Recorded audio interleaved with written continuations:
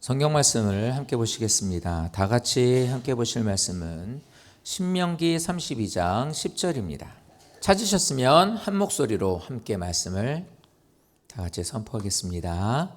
여호와께서 그를 황무지에서 짐승이 부르짖는 광야에서 만나시고 호위하시며 보호하시며 자기의 눈동자같이 지키셨도다. 아멘. 자, 오늘은 2025년의 마지막 주일입니다. 마지막 주일이네요. 송구영신 예배 드리고 새해 2025년이 시작됐다고 말한 게 얼마 안 된 것 같은데 벌써 한 해가 또 가네요. 한 살을 먹네요. 시간이 참 빠릅니다. 한 해를 보낸 우리들은 어떻게 살았을까? 성도님들과 이렇게 삶을 나누면서 여러 가지 일들이 있었죠. 직장을 다시 복직 하신 분도, 건강이 회복되신 분도, 수술도 잘하신 분도, 제일 대표적인 게 이제 이번에는 또 수능을 본 아이들도 있고, 여러 가지 건강에 문제가 있는 것 같아서 병원을 같이 가서 또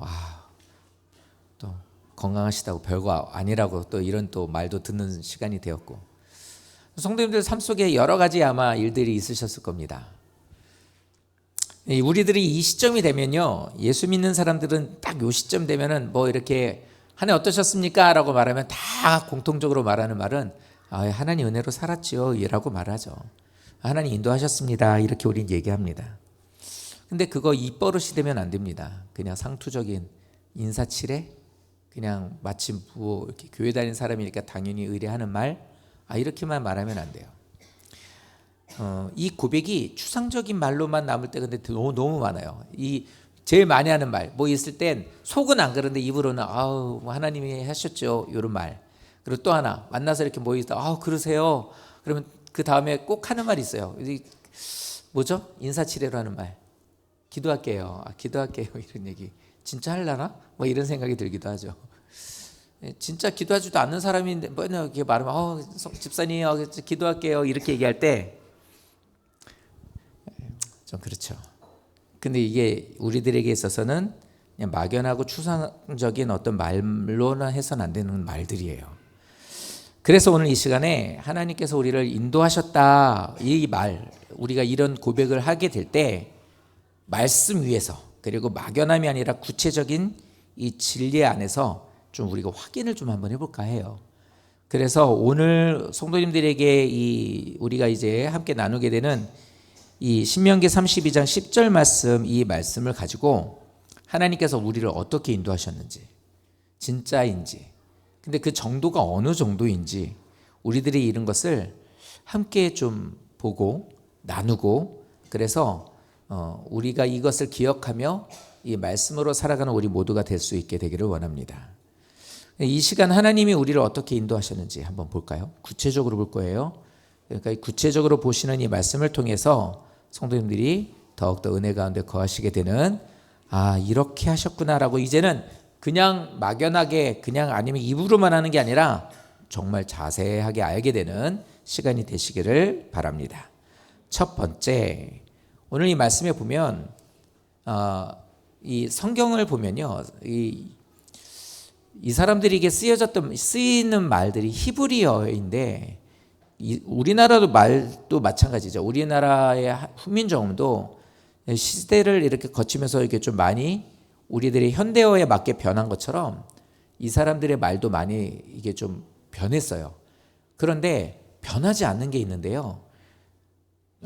이 구약 성경, 특히 이제 구약 성경이 더 그렇죠. 신약 성경은 그리스 말로 써져 있지만 이 구약 성경 같은 경우는 뭐라고 그랬나요? 신약 성경은 그리스어로 쓰여져 있지만 구약 성경은 히브리어로 쓰여져 있죠. 근데 이 사람들 사고가 다 똑같아요. 그래도 어떠냐면 제일 중요한 게, 성경을 보실 때 제일 중요한 게 동사입니다. 동사를 잘 보시면 훨씬 더 은혜로워요. 근데 그 주시는 말씀을 잘 들여다보면 그걸 통해 우리들에게 하시는 말씀을 구체적으로 알 수 있죠. 그래서 설교자 입장에서나 우리 성경을 읽는 우리들이 말을 어떤 것을 이렇게 써 있어가지고 이렇대라고 말을 하면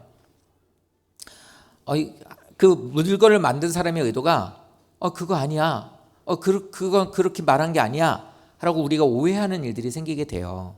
근데 그 오해가 아니라 이게 정확하게 그걸 알 수 있도록 도깨비 방망이라는 게 있잖아요. 그 막 마늘 찍고 막 빻는 이렇게 막 가는 거. 그게 이렇게 쇠뭉치로 돼 있으니까 그거를 어떻게 하면 그걸로 쪄요. 그냥 손으로 마치 절구에다가 그 찌는 것처럼. 그거 아니다. 그런 의도로 하는 게 아니라 그걸 잘 읽어보면 이게 어디를 누르고 뭐 이렇게 전원을 꽂고 어디를 누르면 이게 돌아가. 이렇게 쓰는 거야. 이거는 이렇게 말하는 것처럼 설교를 잘못하게 되거나 성경을 잘못 읽게 되면은 뭐 완전히 다르지는 않은데 구체적인 그 물건을 만든 사람이 그 의도대로 그걸 못 쓰는 것처럼 성경을 의도대로 못 읽을 때가 많습니다. 근데 오늘 이 말씀을 보시면서 하나님이 한 해를 지켜주셨습니다 라고 하는 뭉뚱그려서 우리들이 그냥 추상적으로 말하는 것이 저 한 절 안에 기가 막히게 다 들어가 있다는 걸 보시게 돼요. 보시면 첫 번째로 뭐라고 하나님께서 우리를 말씀하냐면 만나셨다라고 말하고 있습니다. 만났대요. 이 만났다라고 하는 이 말은요, 만남이라는 것은 길을 가다가 어느 장소에 갔을 때 우리가 거기에서 마주치는 것을 만남이라고 합니다. 근데 꼭 그것은 아닌데 나 오늘 광명 왔는데 광명사거리에서 내가 김민아 집사를 만났어. 시흥 사는 사람이 여기 와 있더라고. 어떻게 해서 만났다? 이렇게 얘기를 합니다. 그러니까 이 만났다라는 것은 마주쳤다라는 거잖아요. 근데 성경에서 하나님 우리에게 내가 너를 만났다라는 것이 인생의 길을 가는데 우리들이 인생의 길을 걸어가다가 살다가 어떻게 해서 예수 믿는 사람을 만나게 되었고 그 사람 때문에 내가 교회로 오게 되었다. 그래서 이거를 만났다라고 표현하는 게 아니에요. 하나님께서 여기서 만났다라고 하는 이 표현은 뭐냐면 죽을 곳에 찾아오심이에요. 죽을 곳으로 찾아오셨다예요. 자, 성도님들이 말씀을 들으실 때 잘 들으셔야 돼요. 잘 들으셔야 돼요. 왜냐하면 우리들의 인생에 하나님 앞에 예배하는 일들이 사실 그렇게 많지 않아요. 내게 들려주시는 그 말씀들이 아주 중요하단 말이에요. 그런데 그 말씀을 듣는 것들 또한 하나님이 죽을 곳을 찾아와 주셔서 나를 만나 주셨기 때문에 이게 들려지게 되는 거라고요. 죽을 곳으로 찾아와 주셨다? 보시면 이 설명이 앞에 나와요. 황무지래요. 그리고 짐승이 부르짖는 광야래요. 근데 그곳을 그를 만났대요. 그 사람을, 우리를 황무지에서 짐승이 부르짖는 광야에서 만나셨다예요. 다시 말하면 나는 광야를 걷고 있는 사람이고 황무지를 가고 있는 사람이고 짐승이 부르짖는 광야를 그 인생을 살아가고 있는 나를 죽을 수밖에 없는 곳이고 죽음이 있는 도사리고 있는 그곳인데 하나님께서 그것을 찾아오셔서 나를 만나셨다고 말하고 있다는 거예요. 인생이에요, 인생. 우리가 이런 인생을 살고 있다는 거예요. 그럼 황무지가 뭐냐? 황무지라고 하는 표현이 뭐냐면 쉽게 말하면 광야입니다. 광야인데요. 미트바르라고 하는 광야라는 말 뜻 자체가 인생을 사는 데 있어서 그냥 살 수 없는 곳. 여기 있는 말처럼 이 표현처럼 이곳은 의지할 수 있는 것이 없는 곳. 사람의 생각과 방법으로서는 그곳을 우리들은 살아낼 수 없는 곳이라는 것이 광야이고 황야지라고 말하고 있는 거예요. 황무지라고. 그러니까 성도님들이 지금 인생 살만하십니까? 나는 하나님 없어도 살 수 있어. 아니요. 광야라는 말 자체가 그 뜻이라니까요. 하나님이 없으면 살 수 없는 곳이에요. 이스라엘 백성들은 하나님이 광야를 통해 이제 약속하신 땅으로 데려가게 될 때 그 광야길을 걸어가요. 광야길을 걸어갈 때 아무 문제가 없었거든요. 그런데 그들이 입술로 불평하고 원망하게 될 때 하나님 뭐라고 그러냐면 불뱀을 명령하셔가지고 나와서 그들을 물게 만들어요. 불뱀이 나와서 물었다라는 게 뭐냐면 없는 것들을 하나님께서 갑자기 뭐 얼마든지 능력이 있으시니까 불뱀아 있으라 그래가지고 불뱀이 자자작 나타나서 물어라 이 얘기가 아니라 그곳에 살고 있었던 많은 불뱀들을 봉인을 해줘버린 거예요. 나와 이러고. 이게 왜 그랬냐면 마치 표현하자면 뭐 이건 똑같은 표현이라고는 말할 수 없지만 좀 이해를 돕기 위해서 말하자면 사자굴 속에 잡혀 있었던 다니엘이 다니엘이 떨어지게 됐을 때 사자들이 그 입을 다물게 되거든요. 안 물어요. 그를 잡아먹지 않아요. 그게 하나님의 명령이었거든요. 물론 그것에 대한 표현이 좀 다르다 말씀드렸어요. 근데 그렇게 됐던 것처럼 인생을 살고 광야를 걷고 있는 이스라엘 백성들에게 있어서 이제 표현하자면 이런 거예요. 그 지역은 붉은색 빛깔을 띠고 있는 뱀들이 많은, 즉 맹독을 갖고 있는 뱀들이 많은 동네였거든요. 그런데 내 자녀들이 가니 모든 불뱀들은 뭐 우리가 아는 것처럼 뭐 정갈들은 해를 끼칠 수 있는 모든 것들에게 명령을 한 거예요. 다 밑으로 내려가. 내 자녀들이 지나갈 때 그들을 해하지 마라. 하나님 명령이에요. 그러니까 그것 때문에 모두 다 밑으로 들어가 버린 거죠. 근데 입술로 불평하고 원망하니까 어떻게 돼요? 하나님 그걸 이제 열어버린 거예요. 그러니까 그것 때문에 나와서 물었다는 소리란 말이에요. 이게 뭐냐면 광야라는 곳은 사람이 살 수 없는 곳. 그래서 절대로 하지 않는 그들의 행동이 뭐냐면 아이들을 광야로 내보내거나 자기가 갖고 있는 짐승들을 거기에 풀어놓지 않아요. 그러니까 이렇게 되면 죽는다는 것을 알기 때문입니다. 그곳이 바로 황무지라는 거고, 그곳을, 즉 죽을 곳에, 그 죽을 곳에 우리들이 가고 있는 그곳에 하나님 오셨다라는 거예요. 또 한 가지가 뭐냐면 짐승이 부르짖는 곳이라는데, 그게 뭐냐면 이 말처럼 짐승이 울부짖는 곳이에요. 그러니까 양들을 황무지에다가 놓지 않는다고요. 왜? 죽음의 장소니까. 그러니까 이 말을 표현하면 이겁니다. 너는 네 생각으로는 절대 살아갈 수 없는 그곳에, 위협이 끊이지 않는 너를 잡아먹으려고 하는 모든 포식자들이 가득한 그곳을, 죽을 수밖에 없는 그곳을 걷고 있는 인생을 살아가고 있는 너이지만 내가 그곳을 찾아가서 너를 만났다는 거예요. 이게 하나님 우리에게 베풀어 주신 은혜라는 거예요. 하나님은 이곳에서 우리를 만나신다는 것은 내 자격이 있기 때문에 나를 찾아와 주신 게 아니에요. 우리가 부른 게 아니란 말이에요. 우리가 그럴 만한 어떤 무언가를 갖고 있기 때문에 하나님께서 와서 그렇게 된 게 아니고요. 또 준비됐기 때문도 아니에요. 예배를 드리시고 믿음 생활하는 성도님들이 우리들 스스로가 이 시간에 예배하며 나갈 때요, 내 자격으로 와서 예배 드리는 것처럼 생각하시는 분들도 있을 줄 알아요. 안 돼요. 그거는 전혀 말이 안 돼요. 우리는 자격 없어요. 우리는 하나님 앞에 뭔가를 딱 들이대고 이 정도면 됐나요? 이렇게 되면 예배 드릴 저에게 자격이 되나요? 우린 그런 요소도 없어요. 그럼 뭐냐? 우리들에게 있어서 그겁니다. 우리들의 말과 하나님 앞에 끊어진 이 모든 자리를 주님께서 그것을 비집고 와서 찾아오신 거예요. 수소문해가지고 와가지고 나를 찾아오신 거라고요. 누가복음 15장 말씀에 나와 있는 것처럼 어떤 사람이 100마리 양이 있었는데 한 마리를 잃어버려요. 근데 99마리를 어떠면 들에다가 다른 사람한테 맡겨놔요. 그리고서 한 마리를 찾아간단 말이에요. 근데 이렇게 보시면 돼요. 10억이 있어요. 나에게 10억이 있는데 여기에서 내가 한 1,000만 원 정도로 좀 어떻게 해서 좀 잃어버리게 됐네. 내가 두고 온 것 같아요. 얻다가 두고 온 것 같아. 근데 이거를 어떻게 하지? 가야 되나? 이런 생각을 해요. 근데 10억 있는 사람한테 1,000만 원이라는 돈이 적은 돈은 아니지만, 만약에 이렇게 비율로 생각하고 내가 굳이 거기까지 안 가도 지금 갈 수도 없는 상황인데 뭐 이렇게 된다면, 내가 그렇게 많이 있다면 그 정도는 없어도 되지 않을까?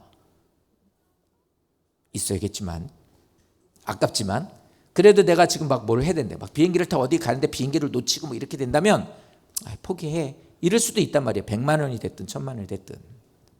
그거보다 훨씬 적은 거라면. 그런데 누가복음 15장 말씀에 하나님은 뭐라고 말하냐면, 내게 있는 그것, 그러니까 구원받은 그 99명의 그 자녀들, 그 내게 있는 내 안에 들어와 울타리 안에 있는 내 양들을 두고 한 마리 양을 찾아간다라는 것은 참 귀한 일이거든요. 근데 이걸 다른 표현으로 말하면 뭐냐면, 내가 가지 않으면, 내가 그 양을 찾지 않으면 그 양은 생명을 찾을 수 있는 기회가 없어. 그 얘기예요. 그러니까 저 말은 내가 99마리로 만족하면은 얼마든지 만족하고 이것으로 그냥 내가 딱 거기서 생각을 닫으면은 어느 정도 모든 거 다 해결할 수 있지만, 나는 그 한 마리를 살게 하고 싶어서, 그에게 소망을 주고 싶어서 나는 그 양을 찾아 나선다. 그 얘기를 하고 계시는 거예요. 그게 만나시고예요. 버려도 상관없어요. 돌아보지도 않아도 괜찮아요. 그런데 하나님은 그 모든 것들을 뒤로 하고 우리를 찾아오신 거예요. 살게 하기 위해서. 내가 나서지 않으면 저건 죽을 수밖에 없다는 그것 때문에. 그러니까 황량하여서 도움이 없으면 위험하고 살 수 없는 것이기 때문에 그곳에 놓여있는 한 마리의 양을 살 소망을 잃게 하지 않게 하기 위해서 찾아오셨다라는 거예요. 성도님들, 우리들의 삶에 예수를 만나고 내가 예수를 믿는다라는 것을 아무렇지도 않게 생각하면 안 돼요. 예배가 그냥 와서 앉으니 졸려가지고 눈 감고 가만히 이러고 있다가 그냥 이렇게 끝나버린 인생 되면요, 만나시고라는 것에 대해서 내가 그 손을 놔버리는 거라고요. 그러니까 눈을 뜨고 예배 드리셔야 돼요. 졸리면 수단과 방법을,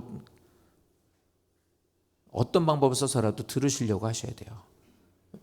믿음이 없어도 된다라는 생각 갖고 가시면 안 돼요. 만날 수가 없단 말이에요. 근데요, 이 말은 이래요. 우리 입장에서 보면 내가 가던 길을 가다 보니 하나님이 나타났어요. 아까 만났다고 말한 것처럼 어쩌다 보니 내가 그 사람을 만나서 내가 교육이 됐어. 내가 결혼하는데 저 여자 정말로 좋아해서 결혼했는데 저 사람이 예수 믿는데, 그래서 나도 어떻게 저 여자랑 결혼하려고 하다 보니 어떻게 나는 여기 지금 와서 그냥 앉아 있어. 이게 하나님을 만났다라는 것을 우리 입장에서는 표현할 수 있어요. 누구 때문에 내가 교육이 됐어, 누구를 만났어라고요. 근데 하나님 편에서 말하면 그게 아니에요. 길을 잃고 헤매고 있는 우리를 의도적으로 찾아와서 회복시키기 위해, 살게 하기 위해서 내게로 추적해서 오셨다라는 거예요. 이 일이 그냥 우리들이 뭔가 있어서 그냥 내 필요로 인해서 그냥 어디 가다가 식당 하나 찾아서 들어가 먹는 것처럼, 아니면 뭔가 이렇게 가다가 그냥 눈에 띄니까 그냥 아는 척하는 것처럼 하는 게 아니라 모든 것을 다 뒤로 하고 그거 하나를 위해서 오셨다니까요. 그러니까 하나님 편에서 말하는 건 그거예요. 놔두면은 죽는 그 사람을 그냥 놔두면은 그냥 저 사람은 하나님과 상관이 없는 나를 주님께서 의도적으로 목적을 가지고 나에게 오셔서 난 너 살리고 싶어 라고 오셨다고 표현하고 있는 거예요. 우린 이걸 뭐라고 말하냐면 은혜라고 말합니다. 말로 표현할 수 없는 은혜. 그래서 구원을 받는 사람의 가장 큰 첫 번째 조건은 나 같은 사람을요, 왜 나 같은 사람을? 라고 의문을 던지게 되는 거예요. 그래서 찬송가 예전에 그 405장, 지금 305장일까요? 나 같은 죄인 살리신이라는 그 찬양을 10번이고 100번이고 부르면서 그 나를 찾아오신 주님을 감사하게 되는 겁니다. 이게 첫 번째였어요. 그런 나를 아무 이유 없고 조건도 없이 나를 찾아오셔서 만나주신 것. 두 번째는 뭐라고 말하시냐면 호의하신대요. 하나님 우리를 호의하신다고 말합니다. 호의하신다라는 말은 뭐냐면 주의를 두르다요. 주의를 두르다. 근데 에워싸다요. 촘촘하게 에워싸는 겁니다. 완전히 싹 감싸버리는 거를 여기서 호의하다라고 표현하고 있는 거예요. 그러니까 이 의미가 뭐냐면, 호의하다라는 말이 좀 어려우면 저기 경호하다, 경호원들이 탁 이렇게 누군가가 와가지고 해하지 못하도록 싹 그 사람을 둘러싼 것처럼 그렇게 하고 있다라고 생각하시면 돼요. 근데 이 의미가 이겁니다. 잃은 자식을 찾았을 때 쓰는 말이래요. 이 말이 잃은 자식을. 그래서 이 딱 어떻습니까? 애를 찾아요. 물에서 건져내요. 그럼 어떻게 돼요? 애를 먼저 어떻게 쭉 한번 보잖아요. 찾으면은 그리고 어떻게 합니까? 아이고 이 자식아, 그러고 그냥 확 안아버리잖아요. 잃어버린 자식을 다시 찾을 때 안아주는 것은 다행이다라는 것도 되지만 내가 다시는 너 놓치지 않을 거야, 잃지 않을 거야 라는 것으로 안아주심을 표현할 때 쓰는 말이 호의하다는 거예요. 두 번째로 쓰는 게 뭐냐면, 죄를 지고 실수했을 때 하나님께서 우리를 감싸주신다는 거예요. 또다시 죄로 빠지지 않도록, 또다시 구원에서 미끄러지지 않도록 하시기 위해서 안아주신다는 것을 이렇게 표현하는 겁니다. 이 말이 우리들이 잘 알고 있는 것처럼 이거예요. 재산을 갖고 나가서 모두 다 탕진한 그 둘째 아들, 나쁜 놈이에요. 진짜 그거는 진짜 자식도 아닌 놈이라고요. 아버지가 살아있는데 유산 물려달라는 것은 아버지 빨리 죽지 왜 살아있어요, 이 얘기는 똑같은 건데, 그런 말을 하면서까지 자신에게 유산을 물려달라고 하는 이 나쁜 놈이란 말이에요. 그런데 이렇게 해가지고 그 재산을 가지고 나가서 정말로 보란듯이 잘한다면 그래도 아버지가 인정하겠지만 어떻습니까? 저 표현대로 죄로 인하여서, 실수로 인하여서 모든 것들을 탕진해버렸단 말이에요. 그런데 이렇게 모든 것을 탕진하고 났을 때 어떻게 합니까? 보이지도 않는데도 계속 그 자리에 서가지고 있는데 뭔가 희끄무리하게 보이니까 뛴 거예요. 아들이라는 직감을 갖고. 그래가지고 가가지고 어떻게 합니까? 안아주고 감싸주는 거예요. 그의 더러운 옷을 바꿔주고 그에게 있어서 금가락지를 껴주고 내가 입을 맞추면서 내가 너를 다시 잃지 않겠다라는 거예요. 이게 호의하시다는 거예요. 그러니까 우리들도 마찬가지라는 거예요. 죄 많고 연약해요. 한 해를 살면서 하나님 앞에 만약 그럴 때가 있단 말이에요. 너 이렇게 하면 되겠니? 아니요. 잘할 거니? 네. 이번 주 잘해봐. 알겠습니다. 그리고 이제 헤어져요. 그럼 어떻게 돼요? 한 주간을 집사님 누구 어떻게 한 주간 잘 보냈나요? 아유, 일로 와. 이제 또 얘기를 해요. 야, 한 주간 잘하게. 또 잘할 거야 안 할 거야? 잘할게요. 이렇게 마찬가지 해요. 또 그 다음 주 돼서 한 주간 잘한대. 또 불러요. 1년을 이렇게 살아요. 1년을. 다시 말하면 여전히 걔는 잘하려고 하겠죠. 걔도 분명히 생각은 있을 거예요. 근데 이게 잘 안 된단 말이에요. 인생 살면서. 그럴지라도 하나님 어떻게 합니까? 또다시 안아주고 그 사람을 하나님께서 감싸주고 그 사람을 놓지 않겠다고 하나님은 그 사람을 붙잡아주고 인도해 주시더라는 거예요. 너로 인하여서 네가 다시는 죄와 실수로 인해서 너는 잃어버리지 않겠노라고 안아주신다는 거예요. 세 번째는 뭐냐면 이겁니다. 주위를 둘러싸는 거예요. 그래서 어떤 것으로도 들어오지 못하도록 방어해 주신다는 의미를 갖고 있는 겁니다. 이거는 마치 군인들이 보호하는 것과 똑같아요. 그러니까 두 번째 것은 죄에 대한 것과 나쁜 것들이 올 때 그걸 막아준다인데, 세 번째는 뭘 말하냐면 호위하신다라는 것은 나쁜 것이나 뭔가에 대한 것을 막아주는 것뿐만이 아니라 그것에 대해서 공격도 해주는 거예요. 그러니까 우리들은 이거예요. 감기 걸리지 않도록 우리 자녀들을 잘 우리들에게 어떻게 하면 손 씻어야 돼 이런 것만 하는 게 아니라 면역력이 생길 수 있도록 좋은 것도 먹여주고 운동도 시켜주고 이렇게 하는 것처럼 안팎으로 이런 것들을 얘기해서 그게 건강한 거잖아요. 그럴 수 있도록 해준다는 거예요. 이게 세 번째 의미예요. 호위하신다는 게. 그러니까 이 세 번째 말은 이겁니다. 이렇게 돼요. 열왕기하 말씀에 나와 있는 것으로 아주 잘 설명을 하고 있는데, 아람이라는 이 나라가 이스라엘을 쳐들어오려고 하는데 이게 자꾸만 비밀이 새나가는 거예요. 작전만 이게 세워놓으면 어쩌면 저쪽에 그걸 다 알고 있는 것처럼 이렇게 해서 안 되는 거예요. 작전이 통하지 않아요. 이게 우리 중에 첩자가 있냐, 이게 뭔 일이냐 이렇게 하다가 어떻게 되냐면 저 나라에 엘리사라는 사람인데 그 사람이 우리가 하는 것을 다 알고 있다는 거예요. 그러니까 아무리 해도 이게 소용이 없다는 걸 알게 돼요. 그래서 어떻게 하면 그러면 엘리사라는 사람 죽여야지. 그거를 죽여야 우리가 작전에 성공할 수가 있어. 이렇게 되는 거죠. 그래서 어떻게 하냐면 그가 살고 있는 성을 둘러싸요. 근데 엘리사의 몸종이 가가지고 나가보니까 그 군인들이 자기네 앞에 이렇게 둘러싸이는 걸 보게 돼요. 그러니까 깜짝 놀라가지고 와가지고 엘리사한테 얘기를 해요. 엘리사님, 밖에 우리를 지금 처치하려고, 우리를 잡으려고 지금 적군들이 와가지고 둘러싸고 있습니다. 이렇게 호들갑을 떠는 거예요. 그러니까 뭐라 그러냐면 걱정하지 마라. 우리와 함께하는 이가 저들보다 훨씬 많어. 이렇게 얘기를 하는 거예요. 우리로 말하면 뭐냐면 기도하면 돼. 믿음으로 살면 돼. 이렇게 얘기하는 거예요. 그 누구든지 할 수 있는 말처럼 들리죠. 그게 아니라 지금 당장 죽게 생겼다고요. 이 얘기를 해요.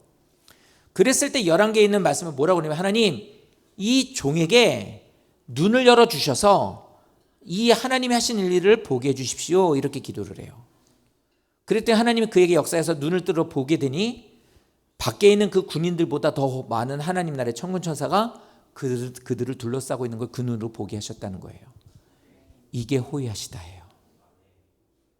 성도님들, 인생 살면서 되게 불확실한 인생을 살아가고 있는 나라 우리라, 또 내가 또 뜨거운 맛도 보고 된 맛도 많이 봐서 뭔가에 대해서 인생을 준비하고 나는 되게 이런 일이 또 없도록, 된 맛을 보지 않도록, 또 어려운 일 당하거나 난처한 일을 생기지 않으려고 우리는 되게 많은 것들을 우리는 장치를 해놔요. 근데 그것들이 안 되더라고요. 평생을 내가 일하면서 70대까지는 내가 정말 열심히 일하고 70이 넘어서는 내가 조금 이때는 편안하게 즐기며 살리라. 이게 인생이 내 마음대로 안 돼요. 모든 것들을 준비를 해놓고, 제 예전에 한번 그 신방가 썼을 때 어떤 그 김치 공장 그 얘기 제가 한번 한 적이 있을 겁니다. 진짜 돈을 많이, 오전이면 일이 다 끝나요. 뭐 풀무원, 뭐 어디 뭐 이런 유명한 데서 거기 회사하고 이게 계약을 해가지고 김치를 만들면 싹 다 가져가는 거예요. 그리고 자기네 랩에 붙여서 판대요. 그거더라고요. 근데 그렇게 대기하기 위해서 진짜 열심히 일을 하셨대요.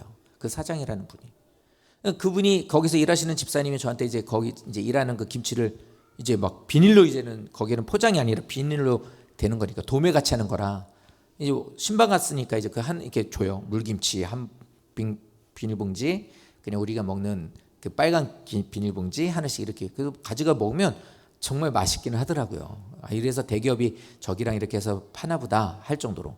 근데 이게 뭐 아침에 새벽에 이제 딱 이제 시작을 하면 뭐 점심시간 좀 요 안팎으로 되면 일이 다 끝나고 다 이젠 사가는 거예요. 그 정도로 일이 많고 잘 된다는 거예요. 그 사장 되게 부자래요. 근데 돈을 벌려고 그렇게 애를 쓰다가 어떻게 하냐면 당뇨로 인해서 한쪽 다리를 잘랐어요. 한쪽 다리가 없어요. 한번 생각을 해보세요. 돈이 많은 게 나아요? 돈이 좀 없고 두 다리가 있는 게 나아요? 근데 이분이 그걸 알고 했나요? 목적이라는 것이 거기에 꽂혀버리게 되니 이분이 그것에 대한 것을 얻는 대신 다른 것이, 그러니까 뭐냐, 인생이 내 마음대로 안 된다 소리예요. 호의하신다라고 하는 이 말이 바로 그거예요. 너희들이 생각하고 계획하는 것들이 안 될지라도 너희들이 예상할 수 없는 것들과 너희들의 손이 미쳐지지 않는 그 모든 것들에 내가 너를 막아줄게. 그리고 막는 걸로 끝나는 게 아니라 내가 너희들에게 있어 내가 너희들을 공격할 수 있는 그 모든 것을 물리칠 수 있는 것이 힘이 되어줄게.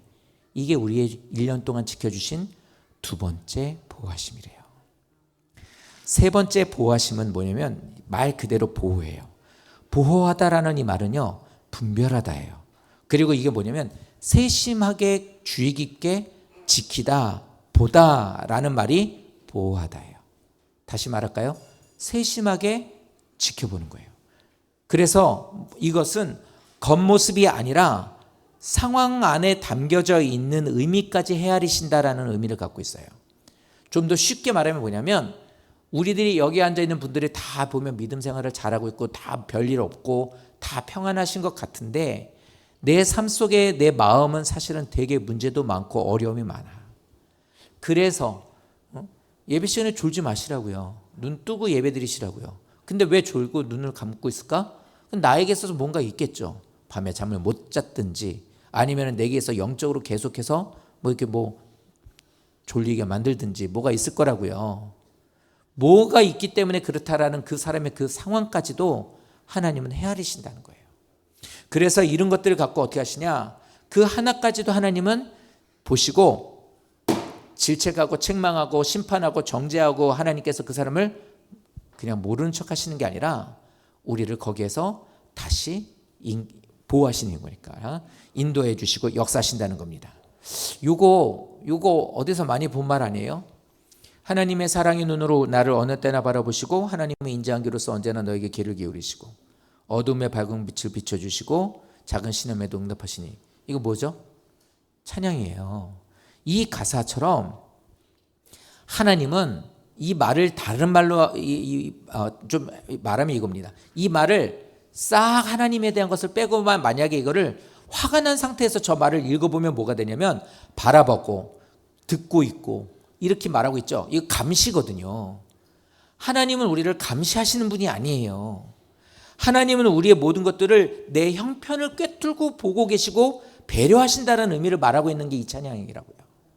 하나님 우리를 보호하신다는 것은 너 어디 잘하나 못하나 두고 보자가 아니라 못하는 그 형편을 알고 계시고 그것까지도 꿰뚫고 오셔가지고 우리를 배려하신다는 거예요. 그래서 여기 뭐라고 말합니까? 어두운 가운데 있는 데서 나에게 빛을 비춰주셔서 나아갈 수 있게 하시고 기도할 수 없을 정도로 내가 그렇게 우리가 깔아앉았을 때 그걸 신음이라고 말하고 있는 거예요.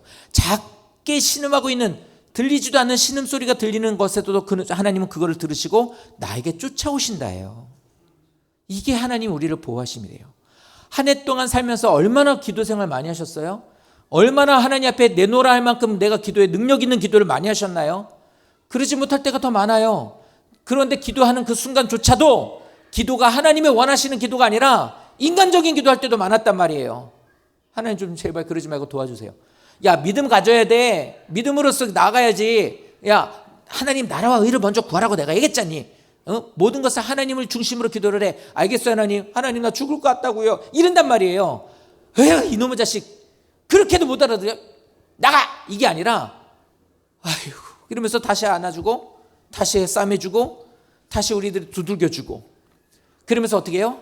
또 살아갈 수 있도록 인도해주고 그 은혜 받고 나서 거기에서는 또 은혜를 받으면 잠깐 또 거기서 기뻐요.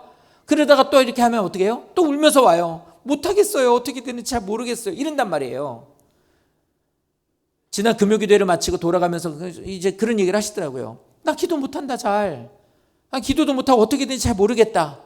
근데 금요기도회를 계속 나가시는 거예요. 이유가 그거래요. 나가다 보면 기도를 잘 못하고 능력 있는 기도도 응답받는 기도는 하고 싶은데 아직 그런 걸 잘 못하겠어. 근데 이렇게 나와서 말씀을 듣고 자꾸 기도 자리 가면 언젠가는 인도해 주시겠지. 그거 바라보고 나가는다는 거예요.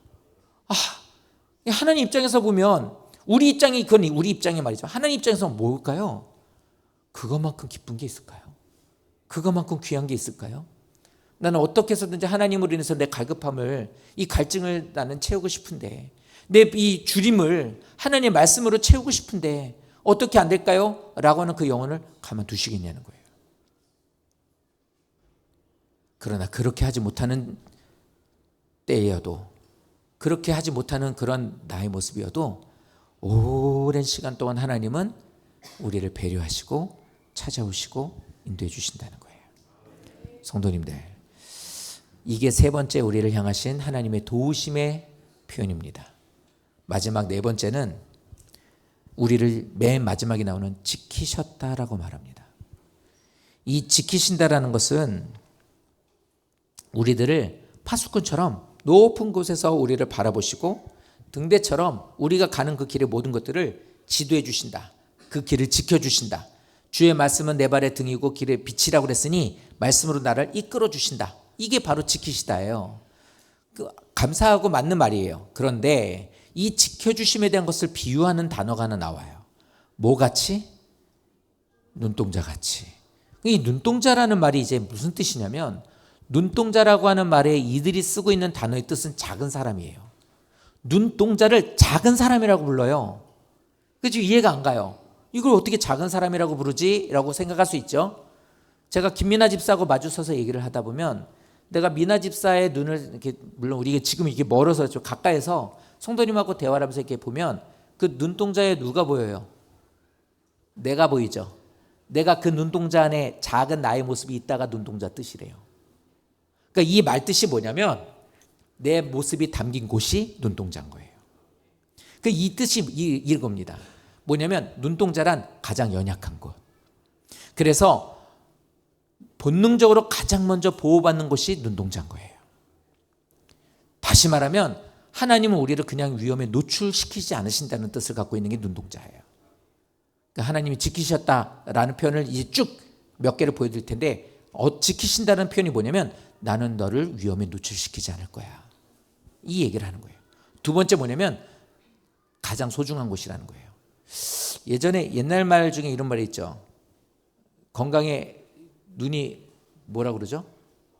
구할이라고 그래요. 그러니까 이게 뭐냐면 어떤 대가를 치러서라도 지키고 싶은 곳이 눈이에요. 그래서 수도 없이 우리는 살면서 눈꺼풀이 계속해서 눈을 적셔주고 이물질이 못 들어오게 한단 말이에요. 들어오게 되면 어떻게 돼요? 수없이 많은 눈물들이 돌아서 그걸 계속 흘려서 빼놓는단 말이에요. 왜 그럴까요? 첫 번째로 말하는 연약한 곳이니까, 그런데 두 번째로는 가장 소중한 곳이니까. 가장 소중한 곳이니까. 어떤 대가를 치러서라도 그것에 대한 것을 지키고 싶은 거예요. 그래서 하나님은 이 눈동자라고 표현하신 이유가 뭐냐면 너는 대체 가능하지 않아. 너 하나는 다른 것 무엇으로도 바꾸지 않아. 천하 만물보다 귀하다는 게 바로 눈동자와 같은 의미인 거예요. 그래서 나는 너를 그래서 이렇게 지킬 거야. 지킴에 있어서 나는 소홀하지 않을 거야. 그래서 아까 그 얘기했잖아요. 한 마리의 양을 잃어버리는 것, 난 그거 용납하지 않는다. 왜? 너는 대체할 수 없는 존재니까. 그게 눈동자래요. 그런 마음으로 성도님들의 한 해를 지키셨다는 거예요. 세 번째, 우리에게 말씀하고 있는 것은 뭐냐면 내 자신이 비치는 거. 아까 그 표현이에요. 눈을 서로 바라보고 얘기할 때 성도님의 눈에 내가 비춰지는 것처럼, 눈을 바라보면서 성도님, 집사님의 눈에 내가 보여지는 것처럼, 이 표현은 뭐냐면 그겁니다. 너를 보면서 가장 이 모든 것에 있어 내가 보이거든. 그 안에 내가 보여. 작은 내가 보여. 이 얘기예요. 그러니까 이겁니다. 하나님은 우리를 하나님과 관계없는 사람처럼 그냥 이렇게 보는 게 아니에요. 딱하네, 안 됐네, 어떻게 되네, 이런단 말. 이게 아니라고요. 그러니까 예를 들어 이렇게 보죠. 우리가 우리 성도들 어떤 일이 문제가 생겼어요. 우리 교회 경찰이 있어요. 근데 몇 해 전에 경찰이 이게 좀 문제가 생긴 적이 있었어요. 사고가 나거나 아니면은 뭐 문제가 생겨가지고 경찰이 이제 문제가 요번에 여기서도 마찬가지예요. 뭐 이 옆에 이제 천왕동에 이제 교도소가 있잖아요. 막 거기에서 이제 막 경찰들이 막 이제 막 시위하는 거 막고 이러면 거기서 다치는 경우도 있고. 근데 뉴스에 경찰이 문제가 어떤 일이 생겨서 사고가 났다고 나와요. 그럼 어떻게 하면 문자를 해요. 그분이 경찰이시잖아요. 그 아버지 그분 성탄절 때 문자를 해요. 성도님 잘 지내시죠? 별거 없으세요? 이렇게 문자가 돼요. 신동희 집사님 택시 운전하시잖아요. 맨날 택시 운전하다 택시에서 뭐 이렇게 뒤에서 막 어떻게 저렇게 왜 이랬다 그러면 주일 달리면 와서 물어봐요. 요즘 문제 없으시죠? 택시 운전하는데 별일 없으시죠? 물어보게 된단 말이에요. 왜 그럴까요? 남이 아니기 때문에. 인간은 할 수 있는 게 요거밖에는 되지 않아요. 하지만 하나님 우리를 지키신다는 것에 대한 이 세 번째 표현은 뭐냐면 그거예요. 내 자신을 지키는 것 좀 지켜줄게. 내가 나를 지키는 것처럼 내 몸처럼 내가 너를 지켜줄게. 하나님은 우리를 가장 소중하니까 연약한 나 너무나 사랑하는데 너무나 연약하니까 그래서 눈동자같이 세심하게 돌보시지 않을 수가 없다 소리예요. 그래서 하나님은 한 해를 이렇게 인도해 주셨다는 거예요. 언제까지요? 끝날까지. 그 끝날까지 살아가는 한 해를 살아가는 게 오늘이고 이번 한 해입니다. 근데 우리가 그럼 어떻게 해야 될까요? 끝날까지 함께 하시는 하나님 안에 있는 우리는 어떻게 될까요? 자, 요 말씀 볼게요. 어떻게 되는지 한번 보세요. 내가 너에게 명령한 것이 아니냐? 강하고 담대하라. 두려워하지 말고 놀라지 마라. 네가 어디로 가든지 내가 너의 하나님 여호와가 너와 함께 할 거야. 이렇게 얘기를 해요. 마태복음 28장인데 이렇게 말해요. 내가 세상 끝날까지 너와 항상 함께 있을 거야. 얘기해요. 우리 어떻게 해야 돼요? 강하고 담대하라는 거겠죠? 아니에요. 그 얘기를 하고 있는 게 우선적인 건 그게 아니에요. 하나님은 세상 끝날까지 나와 함께 하십니다. 눈동자와 같이 지키시고 주님께서는 우리를 배려하시고 우리를 하나님께서는 막아주시고 우리를 찾아오셔가지고 모든 것들에 대한 것을 필요를 채우시고 함께 하신대요. 근데 이렇게 해주신다고 하는 말을 들은 우리들은 어떻게 해야 될까라는 생각을 할 때 여러 가지 말씀이 있는데 이 말씀을 통해서 가만히 보니까 뭐냐면 이거 아시면 된대요. 이 두 말씀에 공통점이 나와요. 밑에 있는 말씀 보면 확실히 더 아시겠죠. 뭘 알아야 돼요? 나와 함께하고 있다라는 걸 아시라는 거예요. 그거 인지하라는 거예요. 그러면 뭐 할 수 있어요? 강하고 담대할 수 있어요. 세상 살아갈 수 있다고요. 돈 때문에 강하고 담대하십니까? 아니면 지금 체력 좋으세요? 체력 좋으세요? 우리 이렇게 사진 찍으셨었는데 뭐 건강하시죠? 건강하시다고요. 그 건강, 우리들이 갖고 있는 건강 사실 이거 장난 못해요. 무엇으로 우리는 이것에 대해서 강하고 담대할 수 있을까? 하나입니다. 주께서 나와 함께 하심을 믿는 것, 그걸 아는 것. 성도님들, 하나님은 올 한 해도 나와 함께 하심에 대한 것을 우리에게 알게 해주셨기 때문에 우리는 그 하나님 앞으로 나와 예배도 하고 기도도 하고 의지하고 기쁘고 힘들고 어려울 때마다 언제나 항상 기뻐하고 쉬지 않고 기도하고 범사에 감사할 수 있는 사람이 된 거예요.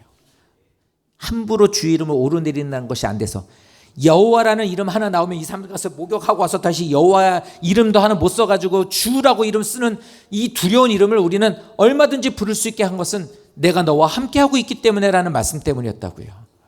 그렇게 역사하고 사랑하시는 하나님이 우리에게 주시는 이 말씀은 그거예요.